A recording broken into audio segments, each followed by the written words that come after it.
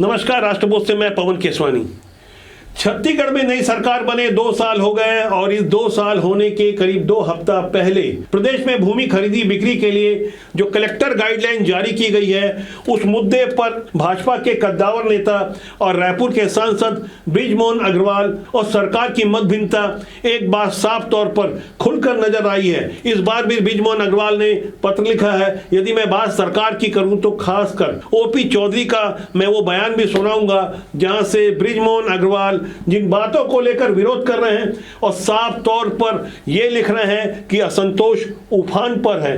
ऐसे शब्दों के साथ जब प्रदेश के मुखिया को यह 2 पन्ने का पत्र लिखा, जिसे आप अपनी स्क्रीन में भी देख सकते हैं।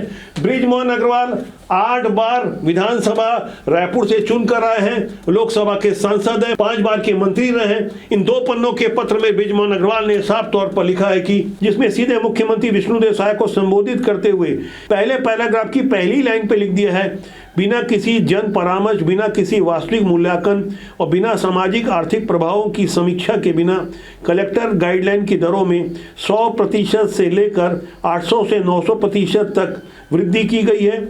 इससे असंतोष उफान पर है। आगे दूसरे पैराग्राफ में इन्होंने लिखा है, क्या यही ईज ऑफ डूइंग बिजनेस है। साथ ही इस पत्र में यह लिखकर दावा किया गया है कि किसानों को अधिक मुआवजा देने की जो बात है वो इसलिए व्यवहारिक है क्योंकि इसका लाभ सिर्फ 1% किसानों को मिलेगा। और साथ ही इस पत्र के अंतिम लाइन में इन्होंने लिखा है कि नई कलेक्टर गाइडलाइन को अविलंब हटाया जाए, इसकी समीक्षा की जाए, विशेषज्ञों को बुलाया जाए। ऐसी वो तमाम बातें बृजमोहन अग्रवाल जो इससे पहले भी इसी अंदाज में लिखते रहे हैं। जो पत्र वो लिखते हैं फौरन मीडिया को मिल जाता है। 2 दिसंबर के इस पत्र का ओपी चौधरी ने क्या जवाब दिया है उसे मैं आगे दिखाऊंगा। उससे पहले कुछ जमीनी हकीकत समझनी होगी कि किस तरह से बृजमोहन अग्रवाल के विचारों से अलग जाकर छत्तीसगढ़ भारतीय जनता पार्टी की ओर से एक पोस्टर भी जारी किया गया है। इस पोस्टर के माध्यम से काफी कुछ समझा दिया गया है कि आगे की लाइन कैसे होने वाली है। आगे मैं आपको ओपी चौधरी का भी वो जोरदार जवाब सुनाऊंगा जिसे जानना समझना आपको जरूरी है। हकीकत क्या है, वास्तविकता क्या है, एक एक बिंदुओं पर ओपी चौधरी ने वित्त मंत्री के रूप में अपनी बातें रखी है। सरकार की ओर से एक एक बिंदु स्पष्ट कर दिया है। फिलहाल भाजपा के इस पोस्टर पर आप गौर करें। सोशल मीडिया में जारी किए गए पोस्टर के साथ लिखा गया था, गाइडलाइन रेट जनहितैषी निर्णय है। साथ ही आपको 2 बॉक्स नजर आ रहे होंगे, एक में विरोध और एक में समर्थन की बात है। यह इस कार्टून पोस्टर के माध्यम से यह समझाने की कोशिश की गई है कि परेशान हुए भ्रष्ट नेता और दलाल, और समर्थन वाले बॉक्स में लिखा है किसान और आम जनमानस खुश है। नई कलेक्टर गाइडलाइन वैसे तो 20 नवंबर 2025 को जारी हुई थी। इसके बाद से सबसे ज्यादा और सबसे पहले विरोध के स्वर दुर्ग से सुनाई आने लगे।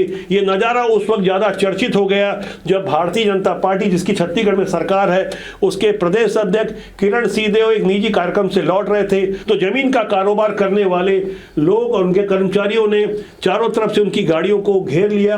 पुलिस ने काफी मशक्कत के साथ किसी तरह से भाजपा के प्रदेश अध्यक्ष को उस भीड़ से निकाला। काफी तनावपूर्ण हालात थे।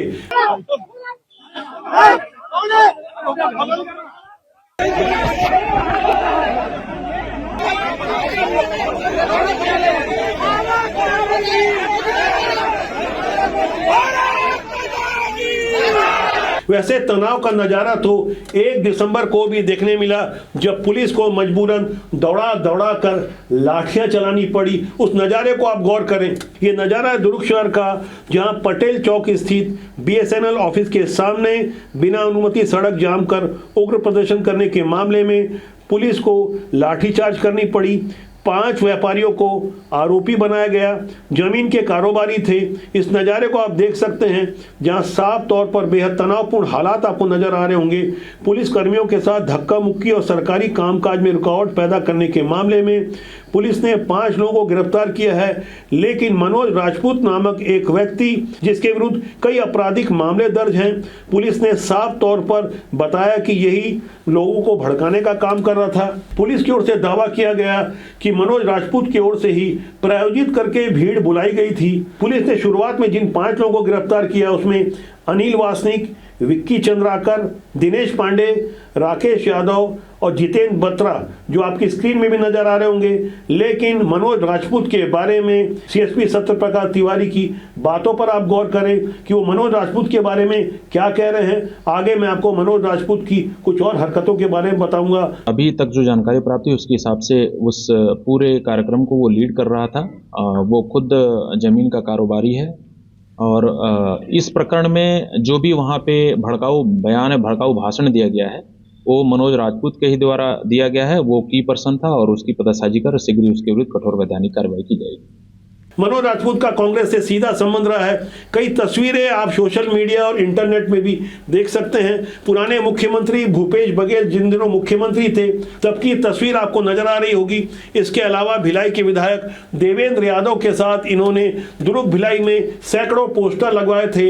यही मनोज राजपूत पुलिस के साथ उस वक्त कैसा व्यवहार कर रहा था, इन तस्वीरों पर भी आप गौर करें, इस वीडियो को गौर से देखें। दुर्ग के कथित बिल्डर और छत्तीसगढ़ी फिल्म के अभिनेता भी रह चुके हैं मनोज राजपूत, क्योंकि ये फिल्म उन्होंने खुद बनाई थी, करोड़ों रुपए इन्वेस्ट किए थे।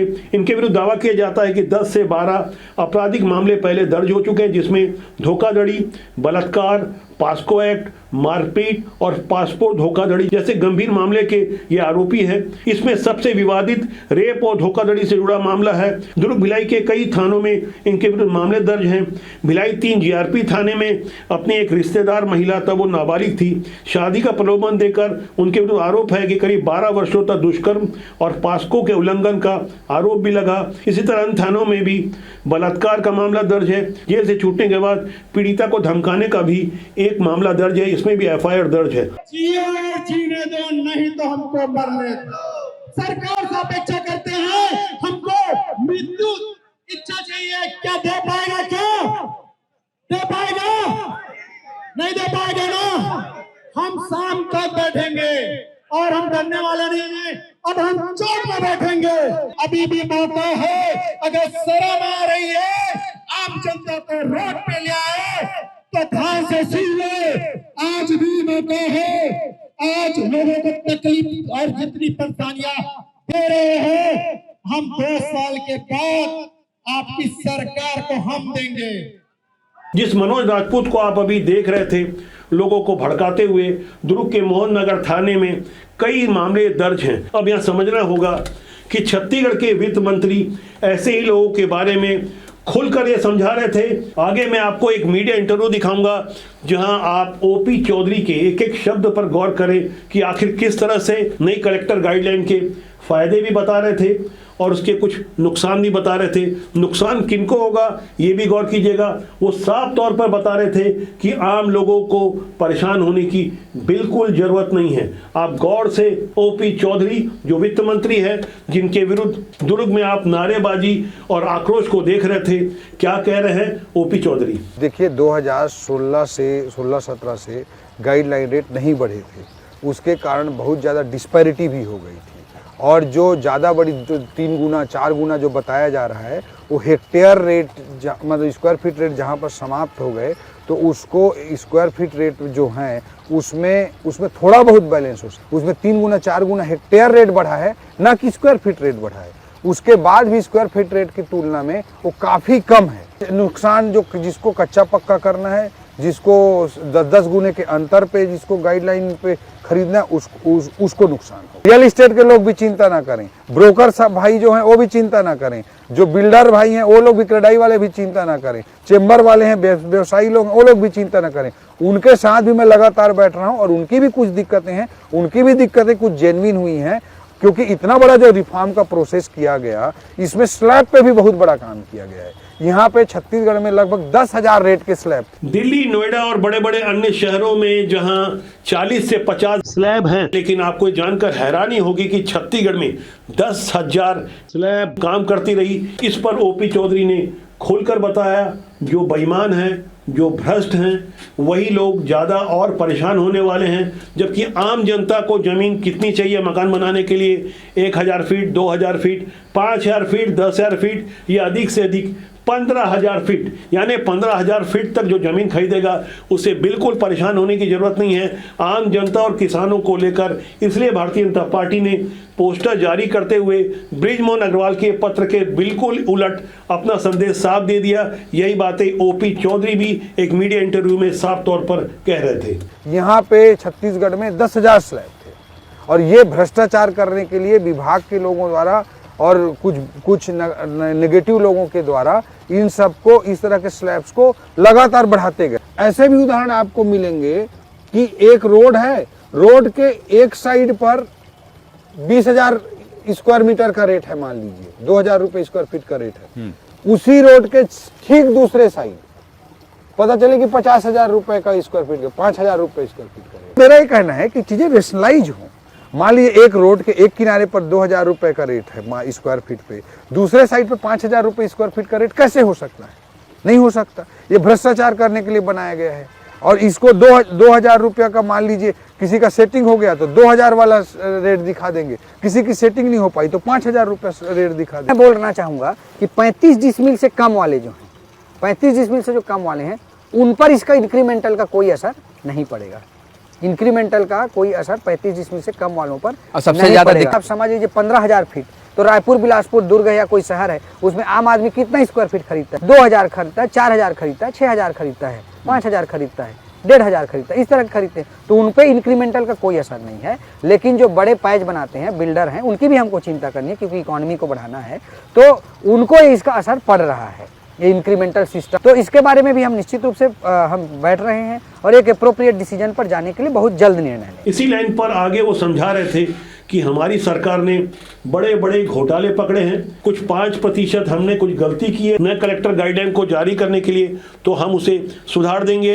इस इंटरव्यू में उन्होंने यह भी स्पष्ट किया कि अब अप्रैल तक इंतजार नहीं करना पड़ेगा, यदि सरकार को लगेगा कि कुछ अव्यवहारिक हो रहा है तो हम उसे सुधार भी लेंगे। जो बड़े बड़े घोटाले हुए उसको हमारी सरकार आते ही मुख्यमंत्री जी ने सभी घोटालों पर प्रहार किया है, चाहे वो कोयला का विषय हो, चाहे पीएससी के लोग जेल जाने का विषय हो, सब पर आदरणीय मुख्यमंत्री जी ने प्रहार किया है। भारतमाला प्रोजेक्ट में टुकड़े टुकड़े करके जो सरकार को स्कैम करके बड़ा चपत लगाया गया था, उस पर भी ईओडब्ल्यू ने बड़े बड़े केस दर्ज किए हैं और उस पर भी कई लोग जेल गए हैं, कई कार्रवाइयाँ चल रही हैं। सरकार का स्पष्ट है कि होम लोन लेने वालों को भी होम लोन भी अच्छे से मिले, जो ज़मीन अधिग्रहण हो रहे हैं उद्योगपतियों के द्वारा उसमें भी उनको ठीक ठाक मुआवजा मिले, और साथ ही साथ रियल इस्टेट के जो भी कारोबारी हैं उनको भी चिंता करने की आवश्यकता नहीं है। क्रेडाई के साथ, चेंबर ऑफ कॉमर्स के साथ, रियल इस्टेट एसोसिएशन के साथ मैं कंटिन्यूअसली घंटों बैठ रहा हूं। पूरे प्रदेश के रियल इस्टेट कारोबारियों को भी मैं आश्वस्त करना चाहता हूं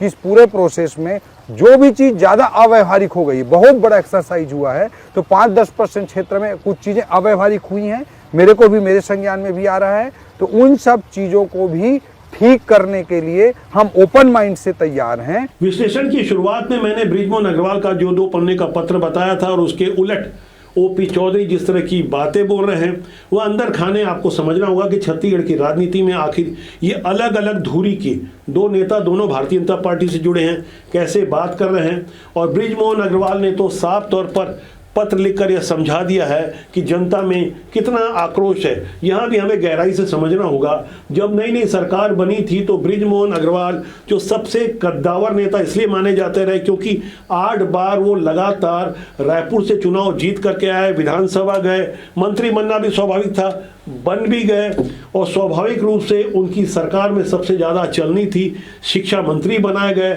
लेकिन सरकार के सामने 2 बड़ी घोषणाओं को लागू करने की बड़ी चुनौती थी। एक तो महतारी वंदन योजना, दूसरा किसानों को प्रति क्विंटल धान का 3100 रुपये प्रति एकड़ 21 क्विंटल के हिसाब से देना था। इस योजना में भारी भरकम पैसे लगते, तो सरकार की ओर से जो मोदी गारंटी या घोषणा पत्र को जारी किया गया था, जिसमें 1 लाख सरकारी पदों की भर्ती की बातें भी लिखी हुई थी, साथ एक लाइन जोड़ी गई थी कि ये भर्तियां चरणबद्ध तरीके से होगी। लेकिन बृजमोहन अग्रवाल को फरवरी में ही ये घोषणा करनी थी, सो उन्होंने विधानसभा में बड़ी जिम्मेदारी से शिक्षा मंत्री होते हुए ये घोषणा कर दी कि हम 33,000 शिक्षकों की भर्ती करेंगे। लेकिन साथ में यह भी जोड़ दिया कि अभी वित्त मंत्रालय और मुख्यमंत्री से इसके लिए अनुमति लेनी है, यानी जाहिर तौर पर कैबिनेट की मंजूरी नहीं थी। ऐसे में समझना होगा कि अपनी सरकार की नीति और विचार पत्रकार के अलग जाकर बृजमोहन अग्रवाल ऐसा क्यों कह रहे थे।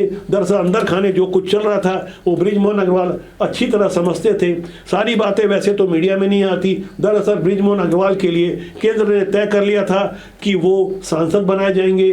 सो बृजमोहन अग्रवाल भी कहाँ पीछे रहने वाले थे। उन्होंने जैसे ही ये घोषणा की तो 33,000 पदों के लिए करीब 33 लाख यानी एक पद के लिए 100 अभ्यर्थी इंतजार कर रहे होंगे।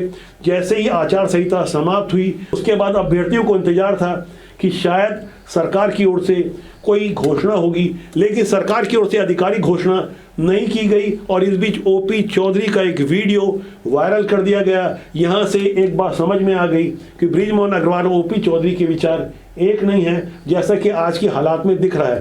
अंदर खाने जो बातें चल रही थी, ओपी चौधरी बड़ी साफगोई से एक एक पॉइंट को समझा रहे थे, वहीं बृजमोहन अग्रवाल ने अपने पत्र के माध्यम से भी अपने इरादे साफ कर दिए हैं। आने वाले दिनों में नई कलेक्टर गाइडलाइन को लेकर कुछ और बड़ी बातें अंदर खाने की होने वाली है। और सरकार के अंदर क्या चल रहा है, जो बातें खासकर राजनीति से जुड़ी हुई है, हम लगातार लोगों को राजनीति में अच्छे लोगों को लाने की प्रेरणा देते हैं, जागरूक करते हैं। अच्छे लोग राजनीति में आए, क्योंकि राजनीति बुरी नहीं होती, उसमें काम करने लोग अच्छे बुरे होते हैं। फिलहाल आज के लिए इतना ही। बहुत जल्दी मेरी आपसे फिर मुलाकात होगी। नमस्कार।